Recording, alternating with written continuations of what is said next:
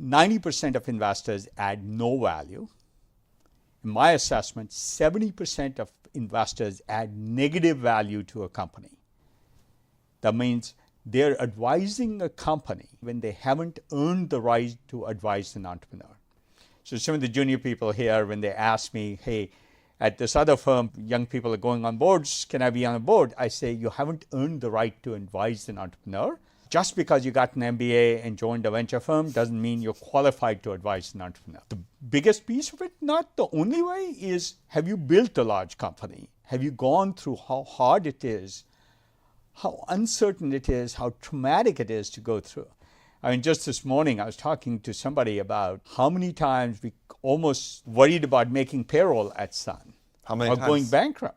Plenty of times. Like more than 2? Yeah. I think there was probably a month or two when the earliest I went home was at 3 a.m.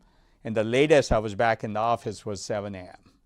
Unless you felt that gut-wrenching decision, you can't advise an entrepreneur. I hate board members who sit in a board meeting and say, oh, can you improve quality?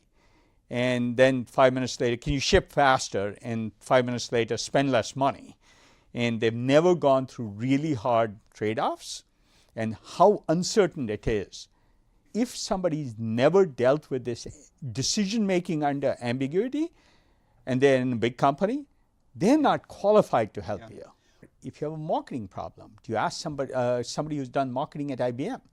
They've never dealt with things where the market isn't established. It's incremental year to year, 5% improvement is what they're shooting for.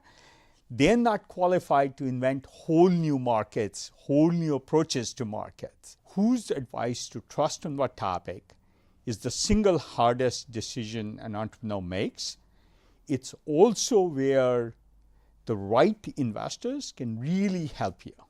I had an argument just last week with another co-investor. In a healthcare company, they wanted this healthcare person who had never dealt with change beyond 2% a year. And I'm like, experience doesn't matter, the rate of learning matters.